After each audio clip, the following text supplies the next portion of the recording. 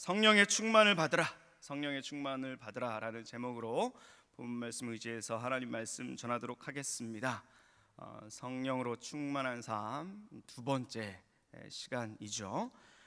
추석 연휴를 교회에서 또 금요 철야 기도회로 시작하는 성도님들 환영하고 축복합니다.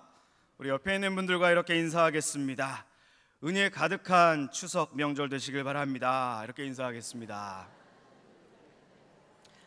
자, 한 번 더 인사하겠습니다. 이번엔 이렇게 축복하겠습니다. 성령으로 충만한 한가위 되십시오. 이렇게 인사하겠습니다. 성령으로 충만한 한가위 되십시오. 아멘. 추석 명절은 우리가 집으로 돌아가는 시간입니다. 집에는 우리를 기다려 주시는 부모님이 계시고 함께 자란 형제 자매들이 있지요. 우리가 타지에서 타향에서 지내면서 상하고 지친 마음, 몸을 잠시나마 고향 집에 돌아가서 쉬고 충전합니다. 어머님이 차려주신 따뜻한 밥상 앞에서 우리는 위로와 안식을 얻을 수 있습니다. 또 오랜만에 만나는 형제 자매들, 친지들과 이렇게 밀린 이야기도 나누면서 회포도 풉니다. 우리는 이렇게 돌아가서 쉴 고향집이 있어서 명절이 참으로 뜻깊습니다. 이렇게 우리가 태어나서 자란 고향뿐만 아니라 성경은 우리가 돌아가야 할 영적인 고향, 영적 본향이 있다고 말씀을 합니다. 히브리서 11장 6절의 말씀 같이 읽어볼까요? 시작. 그들이 이제는 더 나은 본향을 사모하니 곧 하늘에 있는 것이라. 이러므로 하나님이 그들의 하나님이라 일컬음 받으심을 부끄러워하지 아니하시고 그들을 위하여 한 성을 예비하셨느니라. 아멘. 성도가 돌아가야 할 본향은 바로 하늘, 곧 하나님의 나라다. 이렇게 말씀하고 있습니다. 하나님께서 예수 그리스도 안에 있는 우리 성도들에게 하나님의 나라라는 성을 마련해 두셨다 말씀합니다. 이 하나님 나라에 대한 말씀은 히브리서뿐만 아니라 바울 서신, 일반 서신, 복음서, 그리고 구약 성경에 이르기까지 성경을 관통하는 성경의 중심 사상입니다. 그래서 빌립보서 3장 20절에서는 하나님 나라에 대해서 이렇게 설명하고 있습니다. 같이 한번 읽어볼까요? 시작. 그러나 우리의 시민권은 하늘에 있는지라 거기로부터 구원하는 자 곧 주 예수 그리스도를 기다리노니. 아멘. 우리의 시민권이 어디에 있다고요? 우리의 시민권이 땅에 있다고 말씀합니까? 하늘에 있다고 말씀합니다. 여기서 하늘은 바로 하나님의 나라를 의미합니다. 여기서 말하는 하늘은 우리가 바깥에 나가면 하늘에 저기 떠 있는 그 푸른 하늘을 의미하는 것이 아니라 바로 하나님께서 왕 되시고 다스리시는 하나님의 나라를 의미합니다. 이렇게 성경은 예수 그리스도를 세상에 보내주신 이 하나님의 구원의 역사를 기록을 하고 있습니다. 반역과 불순종으로 하나님과의 관계가 깨어진, 관계가 단절된 이 세상을 구원하시기 위해서 독생자 예수 그리스도께서 인간의 몸으로 입고 이 세상에 오셔서 십자가에서 피 흘리시고 죽으셨습니다. 그래서 누구든지 예수님께서 십자가에서 내가 받을 그 저주와 심판을 대신 받으셨음을 믿고 그를 나의 구세주와 나의 주인으로 영접하면 우리가 무엇이 됩니까? 하나님의 자녀가 된다, 하나님 나라의 백성이 된다, 하나님 나라의 시민이 된다 말씀하고 있습니다. 이렇게 예수님을 나의 구주, 나의 주인으로 믿는다는 이 고백은 주재권의 이양, 주권의 이양을 뜻합니다. 한번 따라해 볼까요? 주재권의 이양, 주권의 이양.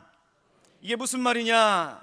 이전까지 내가 내 인생의 주인으로 살아왔다면 이제부터는 예수님께 내 인생의 모든 무거운 짐을 다 맡겨드리고 그분께 순종하며 예수님을 따라 살겠습니다 고백하는 신앙의 고백입니다. 이렇게 실제적으로 삶을 돌이켜서 하나님의 말씀을 따르고 예수님의 말씀을 따르고 살아갈 때에 신자의 삶에 우리의 심령에 하나님의 나라가 임하는 줄 믿습니다. 그는 더 이상 이 세상의 가치관과 삶의 방식을 따르지 않습니다. 이제는 하나님 나라의 가치관과 하나님 나라의 삶의 방식과 하나님 나라의 그 목표를 향해서 살아가는 것입니다. 인생의 목표와 인생의 목적이 예수 그리스도 안에서 바뀌게 된다는 것이죠. 빌립보서 3장 20절의 이 말씀의 의미가 바로 이것입니다. 우리의 시민권은 더 이상 이 땅에 있지 않습니다. 하늘 곧 하나님의 나라에 있습니다. 그러기에 우리는 이중 국적을 갖고 사는 사람들입니다. 이중 스파이가 아니라 이중 국적을 갖고 있는 사람들이에요. 따라해 볼까요? 우리는 이중 국적을 갖고 산다. 이게 무슨 말이냐? 우리의 발은 땅을 밟고 이 세상에서 살죠. 세상에서 직장을 다니고 이 세상에 있는 학교에서 공부를 하고 이 세상에서 가정을 이루고 그렇게 살아갑니다. 그런데 우리의 소속, 우리의 원소속이 어디 있다고 말씀하는 것입니까? 이 땅에 있습니까? 하늘에 있습니까? 하늘, 하나님 나라에 우리의 소속이 있다는 것입니다. 우리는 하나님 나라의 시민이며 우리의 소속은 하나님의 나라라고 예수 그리스도 안에서 우리는 새로운 피조물이 되었다고 성경은 말씀합니다. 이렇게 우리는 이중 국적을 갖고 살 뿐만이 아니라 하나님 나라의 이중 구조, 이게 무슨 말이냐? 한번 따라해 볼까요? 하나님 나라의 이중 구조, 이 하나님 나라의 이중 구조에서 산다는 거예요. 한번 그림을 보여주시길 바랍니다. 제가 내려달라고 할 때까지 계속 띄워주세요. 자, 이 그림을 잘 보십시오. 아래에 화살표가 하나 있고 위에 화살표가 하나 있죠. 그리고 이렇게 세로로 두 개의 선이 있습니다. 이것은 하나님 나라의 이중 구조를 설명하는 그림인데요. 먼저 아래의 선을 보십시오. 우리는 이 세대에 살고 있어요. 이 세대, this age. 본래 이 세대는 어떤 세대입니까? 하나님을 떠나서 반역한 세대입니다. 아담과 하와의 원죄 이후에 인간은 하나님을 저버리고 자기 소견에 오른 대로 살았습니다. 그래서 하나님께서 이 죄의 문제를 해결하기 위해서 2000년 전에 독생자 예수님을 보내주셨죠. 예수님께서 십자가와 부활로 이 세대에 하나님의 구원의 역사가 시작이 되었습니다. 다른 말로 하나님의 나라가 시작되었다는 거예요. 요한복음 3장 16절의 말씀대로 누구든지 예수님의 이름을 믿는 그 사람에게는 영생을 주셔서 영생의 은혜를 입게 되었습니다.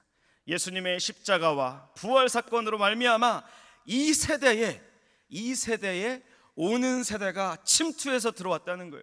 이 세대에 오는 세대, 하나님의 나라가 뚫고 들어와서 죄와 절망과 질병과 저주에 놓여있던 우리를 구원하시고 이 땅에 이미 예수 그리스도의 십자가와 부활을 통해서 오는 세대가 지금 현재 임하게 되었다라는 것입니다. 그래서 하나님의 자녀들은 세상에서 살지만 이 세상의 이 세대에 속하지 않고 어느 세대에 속하는 거예요? 오는 세대, 하나님이 왕 되신 하나님의 나라, 그리스도께서 왕 노릇하는 그 세대에 속해 살게 되었다는 것입니다. 그러나 성경은 여전히 이 세상에는 하나님을 향한 반역과 불순종이 공존한다 말씀합니다. 공중권세 잡은 자 사탄이 교회와 성도들을 핍박하고 유혹합니다. 이제 그림을 내려주셔도 됩니다. 예수님을 믿어도 여전히 우리 삶에는 질병이 있습니다. 고난이 계속됩니다. 눈물이 있습니다. 그러나 예수님께서 다시 오시는 날, 주님께서 하나님의 나라를 이 땅에 완성하시는 날, 우리의 눈에서 눈물을 닦아주신다 성경은 약속합니다. 다시 말해서 하나님의 나라가 완성되고 우리의 구원이 완성되는 그날이 올 것이다. 그러므로 우리는 소망하며 기다리며 살아야 한다 말씀합니다. 그때가 되면 이 세상에 종말이 임하고 우리 믿는 자들은 영원한 하나님의 나라에서 왕 노릇할 것이다. 하나님 나라의 왕자와 공주가 될 것이다 말씀하는 거예요. 그래서 교회 학교에서 우리가 신나게 부르는 찬양 있지 않습니까? 왕 나는 왕자다. 하나님 나라에 나는 왕자다. 내가 비록 어릴지라도 뭡니까? 나는 왕자다. 너무 유치해서 안 따라 하시는 겁니까? 네, 그래요. 하나님의 나라는 어린아이와 같은 자가 들어갈 것이다 말씀하셨죠. 자, 그래서 우리는 이미 이 땅에 임한 하나님의 나라와 장차 임할 오는 세대에 완성될 하나님의 나라, 그 중간 시대에 살고 있다. 중간 시대에 살고 있다. 따라해 볼까요? 중간 시대. 중간 시대를 세 글자로 줄이면 뭐가 될까요? 중간기. 따라해 볼까요? 중간기. 중간기. 중간기를 사는 존재들이다라고 성경은 말씀합니다. 그것이 성경에 기록된, 특별히 신약 성경에 기록된 역사관입니다. 구원의 역사관이에요. 장차 예수 그리스도께서 임하실 그 나라를 소망하며 이미 시작된 하나님의 나라를 살아가고 있는 중간기의 백성들이다. 자, 그래서 이 중간기를 어떻게 살면 되는가, 어떻게 살아갈 것인가, 그런 질문이 떠오르게 됩니다. 이런 질문은 비단 우리만의 질문이 아니었습니다. 초대교회 교인들도 똑같은 고민과 질문에 봉착해 있었습니다. 예수님께서 언제 오시는가, 언제 이 핍박이, 언제 이 고난이 끝날 것인가 묻고 기도하고 토론했습니다. 그래서 사도 바울은 디모데후서 2장 12절에서 이렇게 말씀을 합니다. 같이 한번 읽어볼까요? 시작. 참으면 또한 함께 왕노릇할 것이요 우리가 주를 부인하면 주도 우리를 부인하시리라. 우리가 살고 있는 세상, 이 세대의 삶, 이 땅의 세계관과 이 땅의 가치관과 이 땅의 삶의 방식을 참고 견디라 사도 바울은 말씀합니다. 세상과 다른 방식으로 살라 말씀합니다. 왜냐? 우리는 이 세상에 속하지 않았기 때문입니다. 왜냐? 우리의 원소속은 하나님 나라에 있기 때문입니다. 그렇기 때문에 부딪힐 수밖에 없는 것입니다. 그렇기 때문에 참아야 하는 것입니다. 그렇기 때문에 견뎌야 하는 것입니다. 물론 우리가 이 두 가지 다른 신분, 즉 땅에 살지만 하나님 나라에 속한 우리의 신분으로 살 때 많은 아픔과 어려움이 있습니다. 세상에 조롱이 있고 유혹이 있고 핍박이 있을 수 있습니다. 그러나 우리가 하나님의 백성답게 참고 살면 주님이 다시 오실 때 우리는 그분과 함께 왕노릇할 것이다. 우리는 예수님과 함께 이 세상을 다스릴 것이다 약속하고 계십니다. 이 약속을 믿고 살아가는 우리 성도님 되시기를 간절히 축복합니다. 이렇게 우리는 중간기를 사는, 이렇게 우리는 중간 시대를 살아가는 하나님 나라의 백성입니다. 한번 고백해 볼까요? 우리는 중간기를 사는 하나님 나라의 백성입니다. 우리는 이 중간기를 사는 하나님 나라의 백성이다. 이거를 이해하고 있는 것이 굉장히 중요합니다. 여기에서 모든 신앙의 풍성함들이 확장되어 나가는 거예요. 자, 그런데 하나님께서 이 중간기를 사는 우리 성도들을 고아와 같이 홀로 내버려 두셨을까요? 아니셨을까요? 홀로 버려 두셨을까요? 아닐까요? 아니에요. 하나님의 백성들이 끝까지 믿음의 경주에서 승리하도록 하나님께서 두 가지 선물을 주셨습니다. 두 가지 선물. 끝까지 참고 끝까지 믿음으로 인내해서 하나님 나라의 그 구원의 완성을 맛보라. 이를 위해서 두 가지 선물을 주셨어요. 그것이 무엇인가? 바로 성령님과 교회 공동체라는 것입니다. 그것이 성경의 가르침이에요. 중간기를 살아가는 백성들을 위해서 하나님께서 성령을 보내주시고 홀로 두지 아니하시고 고아와 같이 내버려 두지 아니하시고 그리스도의 몸된 교회 공동체에 소속시켜 주셨다는 것입니다. 따라해 볼까요? 나는 하나님 나라의 백성으로 소속되었습니다. 우리는 그리스도 안에서 하나님의 몸으로, 하나님의 교회의 지체로 소속되었습니다. 성령 안에서 소속되었다 말씀합니다. 그래서 우리는 이 중간기를 살아갈 때에 하나님 나라의 가치관과 삶의 방식을 지키며 발전시키며 아름답게 이 세상에서 하나님 나라의 가치관과 삶의 방식을 드러내는 하나님 나라의 전위대, 하나님 나라의 전초 기지로서 하나님께서 신앙 공동체를 축복하시고 누룩처럼 확장시켜 나아가시는 것입니다. 오늘 우리가 읽은 갈라디아서 5장 16절 본문을 보면 사도 바울이 이렇게 말씀합니다. 너희는 성령을 따라 행하라. 너희는 성령을 따라 행하라 말씀합니다. 너희는 성령을 따라 행하라는 이 말씀은 성령님을 따라 걸어가라, 성령님을 따라 걸어가라 라는 말씀이에요. 이게 무슨 말일까요? 예를 들어서 우리가 체육대회 할 때 2인 삼각 경기를 합니다. 두 사람이 붙어서 발목의 끈으로 발목을 묶죠. 어깨 동무를 하고 호흡을 맞춰서 목표물을 향해서 하나 둘 하나 둘 하나 둘 돌아옵니다. 그것이 2인 삼각 경기예요. 이때 서로 호흡이 맞아야 합니다. 목표를 향해 달려가야 합니다. 만약에 서로 발이 맞지 않으면 어떻게 됩니까? 그냥 꼬꾸라지는 것이죠. 넘어지는 것입니다. 하나님께서는 사도 바울을 통해서 이렇게 우리가 성령님과 함께 보조를 맞춰서 성령님과 함께 걸어가기를 원하시는 것입니다.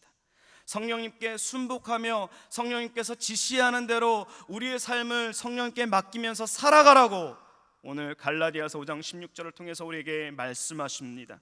한번 따라해 주십시오. 성령님을 따라서 적극적으로 그분을 쫓아 살아가자. 갈라디아서 5장 16절과 25절은 이렇게 말씀합니다. 우리 같이 한번 읽어보겠습니다. 시작. 내가 이르노니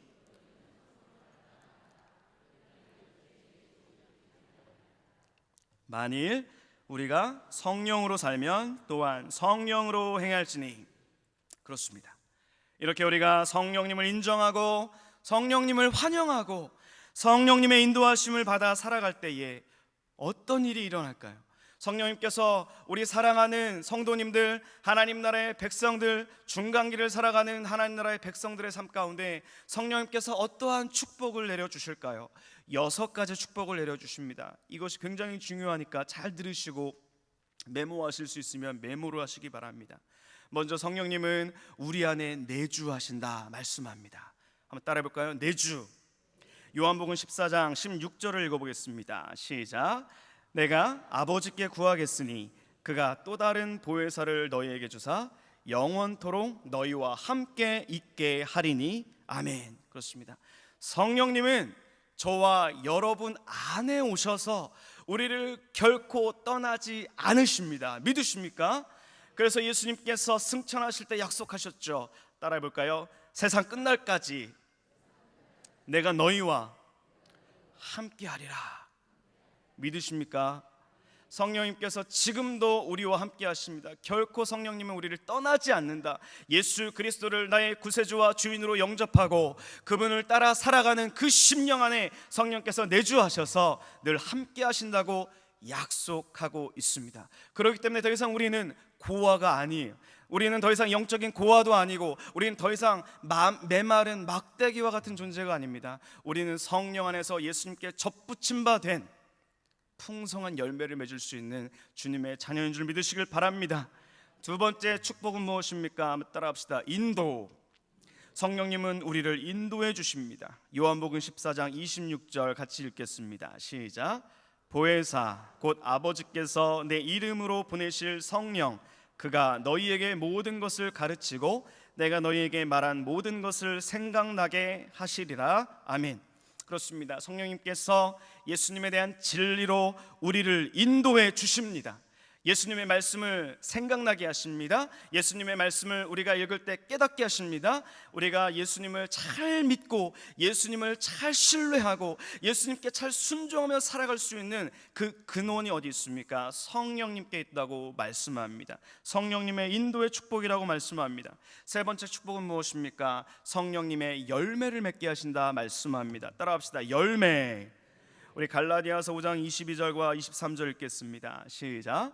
오직 성령의 열매는 사랑과 희락과 화평과 오래 참음과 자비와 양선과 충성과 온유와 절제니 이 같은 것을 금지할 법이 없느니라. 자, 여기서 오직 성령의 열매는이라고 나오죠. 오직 성령의 열매는, 이 말이 수가 단수입니까 복수입니까? 오직 성령의 열매는 단수의 복수예요? 단수예요. 성령의 열매가 9가지가 아니라 성령의 열매가 9가지가 아니라 성령님께서 우리 안에 내주하시고 우리를 인도하시고 우리를 성숙하게 만드셨을 때 이 우리의 인격에 9가지의 요소들이 사랑과 희락과 화평과 오래 참음과 자비와 양성과 충성과 온유와 절제의 이 성품이 우리 안에서 영글어간다, 나타난다, 함께 자라간다라는 의미입니다. 이렇게 성령님은 열매를 맺게 하실 뿐만이 아니라 우리에게 비전을 보여주신다고 말씀합니다. 따라 배울까요? 비전. 우리 사도행전 2장 17절 말씀도 읽어보겠습니다. 시작. 하나님이 말씀하시기를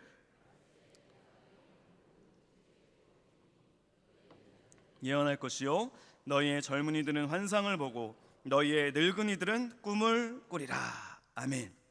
성령님이요 우리 안에 오시면 우리 인생을 통해서 또한 우리가 속한 우리 교회 공동체를 통해서 하나님이 어떤 일을 하실까 기대를 심어주십니다.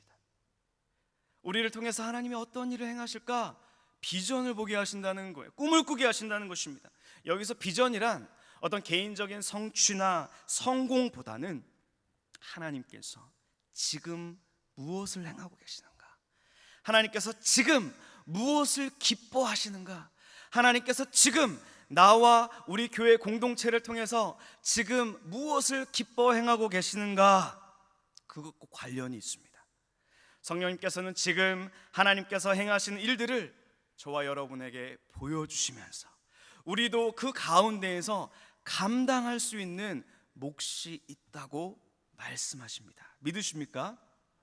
그 성령님이 보여주시는 꿈을 같이 꾸게 되기를 간절히 축복합니다.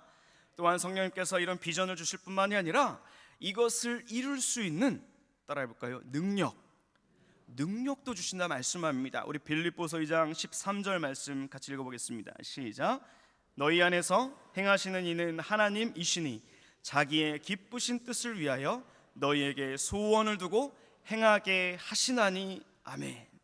성령님께서 주시는 이 비전을 따라서 일을 시작했지만 우리가 시간이 지나면 우리가 이 연약한 이 한계가 있는 사람들이기 때문에 지치기도 하고요, 힘들기도 하죠. 우리 힘만으로 그것을 하지 못할 때가 반드시 오게 됩니다. 그때 우리가 누리는 신비가 있어요. 우리가 경험하는 신비, 우리가 경험하는 축복이 있습니다. 그것이 무엇입니까? 그 일을 행하시는 성령님을 경험하는 축복인 줄 믿으시길 바랍니다. 우리의 약함을 고백하고 하나님을 바라보면서 찬양하고 기도하며 나아갈 때에 하나님께서 우리에게 말씀하십니다. 내 영혼아, 내가 어찌하여 낭망하며 낙심하며 절망하며 두려워하는가? 너는 하나님을 바라라. 우리에게 성령 안에서 음성을 들려주십니다. 그래서 우리에게 힘과 능력을 주시고 복을 주셔서 그 일을 끝까지 승리하며 감당하게 하시는 줄 믿으시길 바랍니다. 또한 성령님께서는 우리 각자에게 다른 각각의 은사를 주신다 말씀합니다. 은사. 고린도전서 12장 4절과 7절 말씀을 우리 세번역 성경으로 읽어볼까요? 시작. 은사는 여러 가지지만 그것을 주시는 분은 같은 성령이십니다. 각 사람에게 성령을 나타내 주시는 것은 공동 이익을 위한 것입니다. 공동 이익, 공동체의 이익, 하나님께서 우리에게 허락하신 이 소중한 신앙 공동체, 공동의 이익을 위해서 은사를 주셨다 말씀하는 것이죠.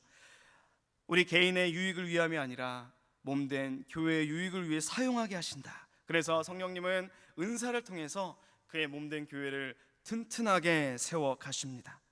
이렇게 성령님은 우리 삶에서 아주 밀접하고 아주 인격적으로 우리와 교통하시면서 교제하시면서 우리와 동행하신다 말씀합니다. 그래서 이를 성령 충만이라고 성경은 말씀하죠. 에베소서 5장 18절 말씀 같이 읽어볼까요? 시작.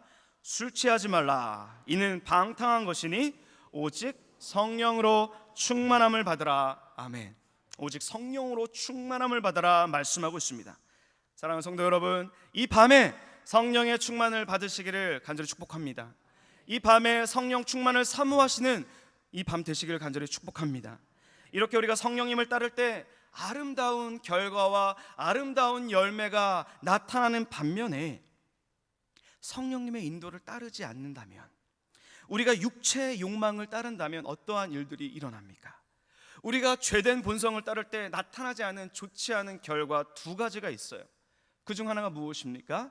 바로 성령님이 근심하신다, 성령님이 슬퍼하신다 말씀하십니다.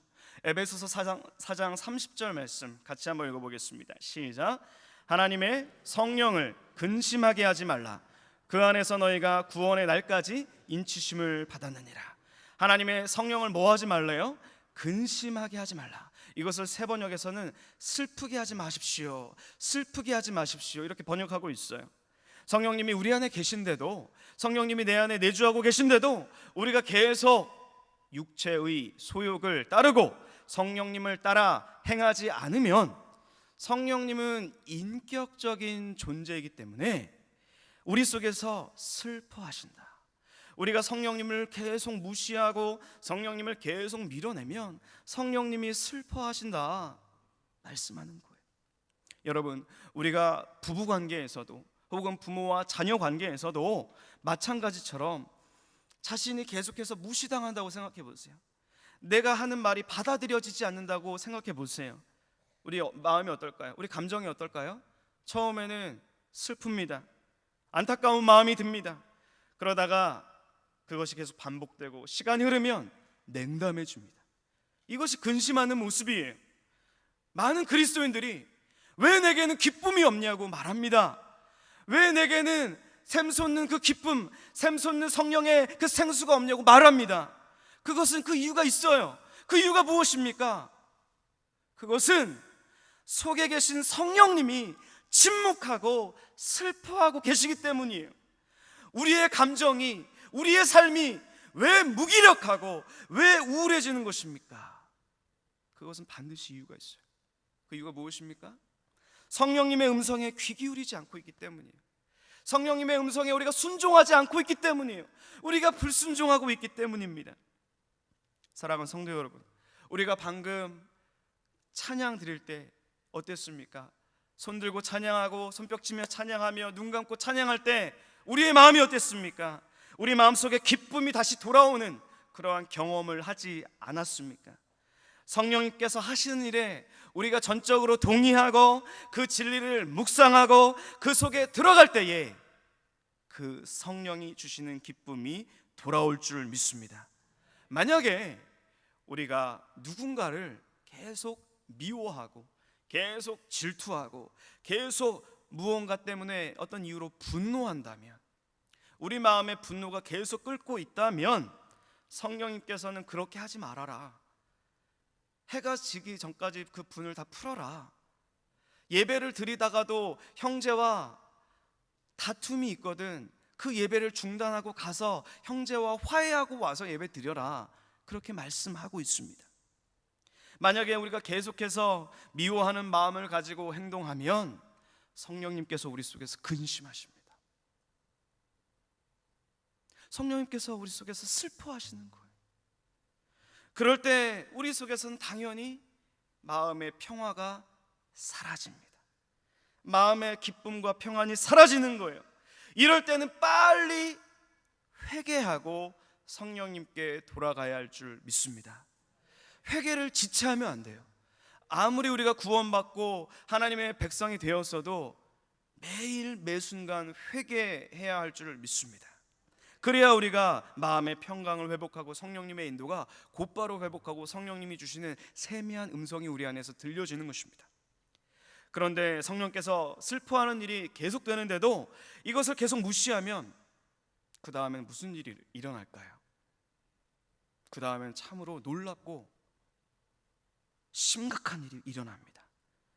우리 데살로니가전서 5장 19절을 읽어볼까요? 시작.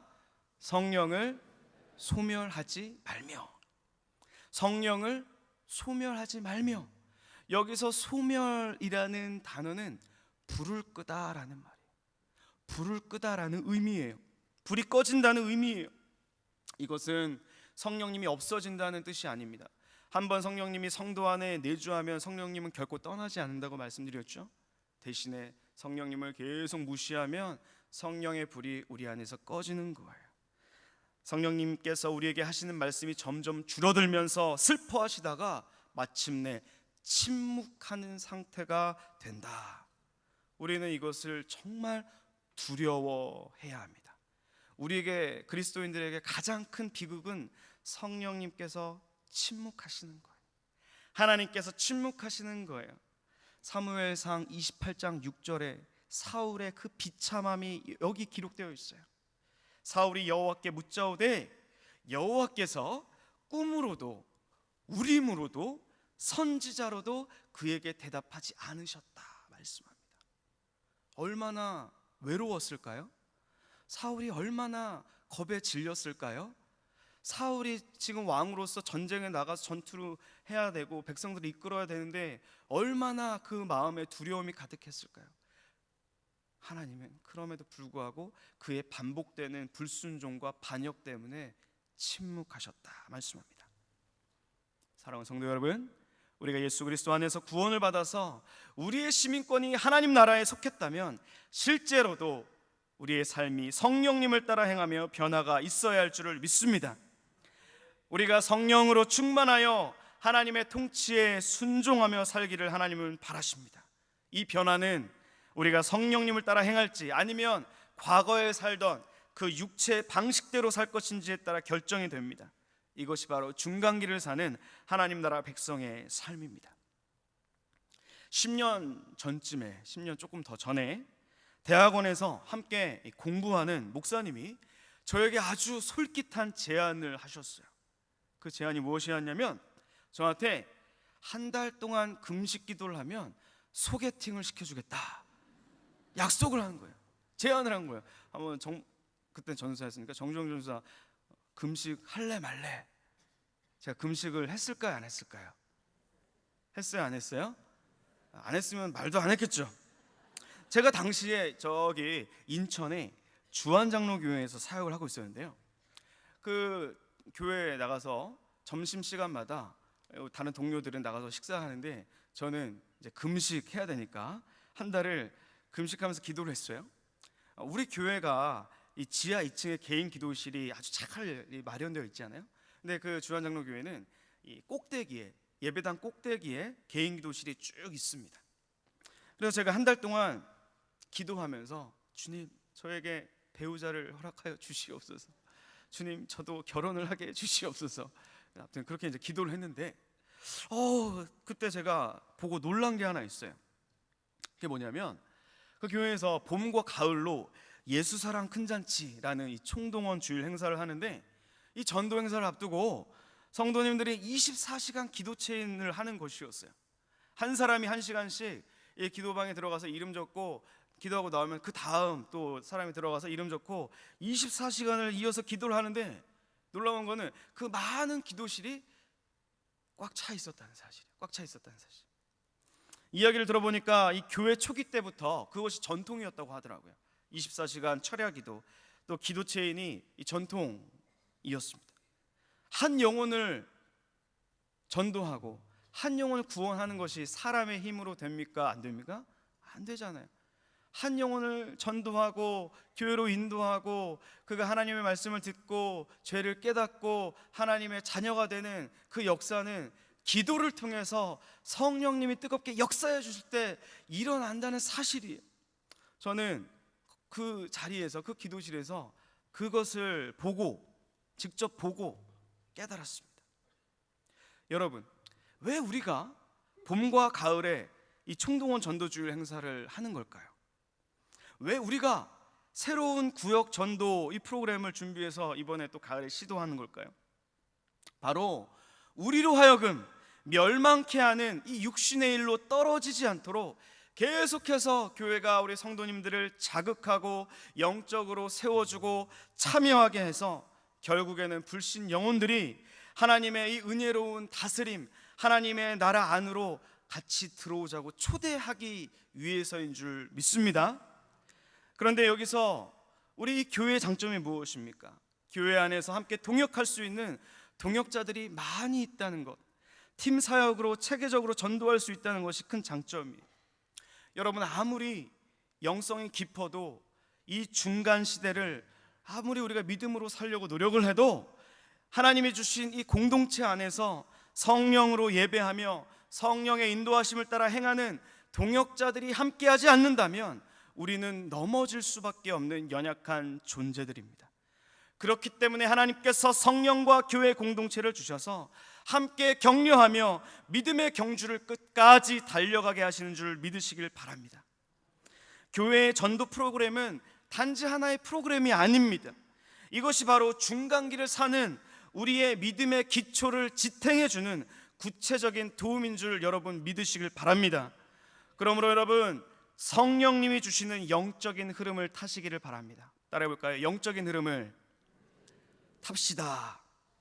자, 교회의 전도와 양육과 봉사 등 여러 가지 프로그램이 있는데 그 이면에 있는 이 영적인 의미를 발견하고 그 성령의 부흥의 바람을, 그 성령의 부흥의 파도를 타기 위해서 힘쓰는 저와 우리 성도님들 되시기를 간절히 축복합니다. 자리가 사람을 만든다라는 말이 있어요. 자리가 사람을 만든다는 말이 있듯이 힘들어도 자리를 지키시기를 바랍니다. 믿음으로 인내하며 견딜 때 그 전도의 자리, 예배의 자리, 봉사의 자리가 우리를 하나님의 나라의 백성으로 견고히 설 수 있도록 지켜주는 것입니다. 혹여 시험에 들고 영적으로 침체되어 있는 우리 성도님들이 이 자리에 계십니까?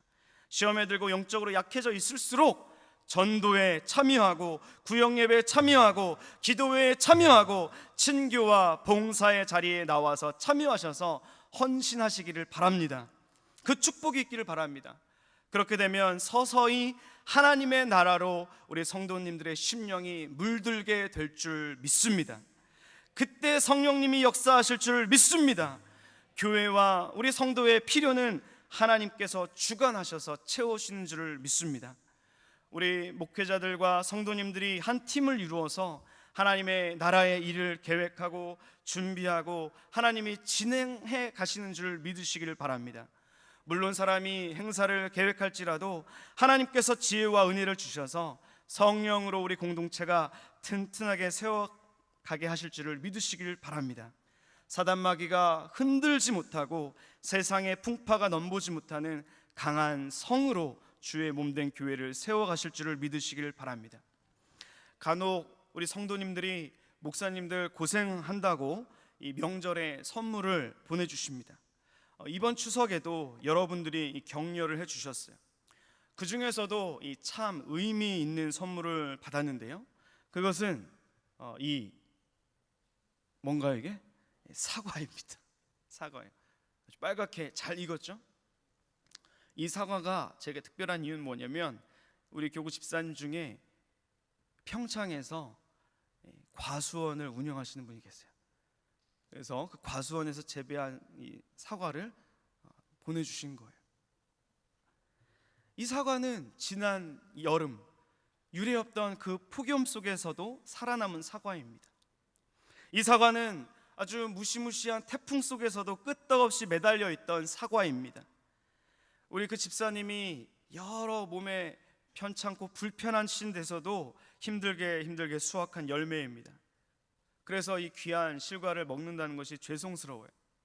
우리 사랑하는 성도 여러분, 사는 것이 힘드시죠? 집값 때문에 힘들고, 취업 때문에 힘들고, 자녀들 교육 때문에 힘들고, 결혼시키기는 점점 어려워지고, 세상에서 발을 딛고 살아가는 우리의 삶이 다 그렇습니다. 다시 한번 디모데후서 2장 12절의 말씀을 귀 기울이시길 바랍니다. 참으면 또한 함께 왕 노릇할 것이요, 우리가 주를 부인하면, 이 세상에서 주님을 부인하면 주님도 그 날에 우리를 부인하실 것이라 말씀하십니다. 참으면, 참고 견디면 주님께서 영원한 그 나라에서 우리를 왕으로 세워주실 줄 믿습니다. 그래서 사도 바울은 갈라디아서 6장 8절과 9절에서 이렇게 말씀합니다. 같이 한번 읽어볼까요? 시작. 자기의 육체를 위하여 심는 자는 육체로부터 썩어질 것을 거두고 성령을 위하여 심는 자는 성령으로부터 영생을 거두리라. 우리가 선을 행하되 낙심하지 말지니 포기하지 아니하면 때가 이름에 거두리라. 포기하지 아니하면 때가 이름에 거둘 것이라고 약속하십니다. 그러므로 사랑하는 성도 여러분, 절대 포기하지 마시기 바랍니다. 결코 낙심하지 마시기 바랍니다. 중간기의 삶이 고달프고 어려워도 성령님을 따라 행하고 성령님과 함께 발맞추어 보조를 맞추어 걸어가시는 저와 여러분 되시길 간절히 축복합니다. 그렇게 되면 영생을 얻게 될 것입니다. 하나님 나라를 상속받을 것입니다. 주님 나라에서 왕노릇할 것입니다. 포기하지 않고 선을 행하며 낙심하지 않으면 그때에 거두게 될 것입니다. 함께 기도하겠습니다. 좋으신 하나님 아버지, 감사합니다. 성령의 충만을 받으라. 술 취하지 말라, 이는 방탕한 것이니 오직 성령의 충만을 받으라. 이 시간 성령님께서 우리 마음속에서 들려주시는 그 음성에 귀 기울이게 하여 주시옵소서. 아버지, 하나님 나라를 소망하며 예수 그리스도 안에서 성령님과 함께 따라 행하는 우리 성도님 한 분 한 분 기억하여 주시고, 이 시간 주의 이름 부르며 기도하며 나아갈 때에 내주하시고 인도하시며 열매 맺게 하시며 비전을 주시고 능력을 주시고 충만케 하시는 그 성령의 놀라운 축복을 받고 돌아가는 복된 이 밤 될 수 있도록 인도하여 주옵소서. 감사하며 예수님의 이름으로 기도합니다. 아멘.